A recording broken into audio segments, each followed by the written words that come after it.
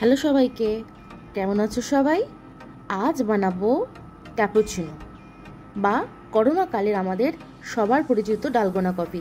এখানে আমি নিয়েছি কফি, চিনি আর মিক্সি জার। কফিতে আমি নিয়েছি ডেভিড-এফের রিচ অ্যারোমা। তোমরা এখানে তোমাদের পছন্দ মতো যে কোনো কফি ইউজ করতে পারো। চিনিতে মা এখানে একটু বাতাসা মিশিয়ে রেখেছে বলে লাল লাল লাগছে। 3 জনের পরিমাণ মতো 4 চামচে কফি আর 6 চামচে চিনি একটা মিক্সি জারে দিয়ে দিয়েছি। এখানে বলে রাখি, আমি কিন্তু মিক্সি জারে কফিটা একেবারে দিইনি, অল্প অল্প করে দিয়েছি। আর দিলাম হলো 4 চামচ জল। এবার এই রেশিওটা তোমরা না বুঝতে পারলে অল্প অল্প করে দিয়ে দিয়ে কিন্তু মিক্সিতে ভালো করে ব্লেন্ড করতে পারো। এখানে বলে রাখি, জল কিন্তু আরও পরে লাগবে, তাই পরে পরে অ্যাড করতে হবে। মাথায় রাখতে হবে কফিটা যেন ক্রিমি টেক্সচারে আসে।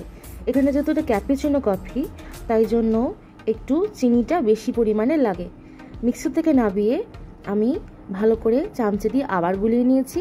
দিয়ে দুধটা ভালো করে জাল দিয়ে কাপে এবার ঢালতে হবে পরিমাণ মতো। কাপে দুধ ঢালার আগে মিশ্রণটা আমি প্রথমে 2 চামচে দিয়েছি এবং দুধ ঢালার পরে ওপর থেকে 2 চামচে দিয়েছি। এই কফি তৈরির মূল মন্ত্র হচ্ছে ঘন দুধের ওপরে এই মিশ্রণটা দিয়ে পরিবেশন করতে হবে। যিনি খাবেন তিনি গুলিয়ে নিয়ে খাবেন, আর এটি সব থেকে বেশি মজা। আমার জন্য করেছিলাম ট্রান্সপারেন্ট কাপে, আর বাড়ির সবার জন্য করেছিলাম সাদা কাপে।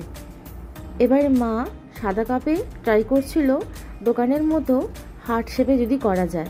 দেখো, মা কিন্তু সফল হয়েছে, দেখতে খুব সুন্দর হয়েছে না? তোমরা যারা ভাবছো হ্যান্ড ব্লেন্ডার ছাড়া এই ক্যাপুচিনো করা ইম্পসিবল, তাদের জন্য আমি আজকে এই রেসিপিটা বানালাম। তোমরা কিন্তু ঘরে অবশ্যই ট্রাই করবে। গ্যারেন্টি দিয়ে বলতে পারি, দোকানের অনেক দামি কফির থেকে ঘরে বানানো এই কফি কিন্তু খেয়ে তোমরা একদম ফিদা হয়ে যাবে।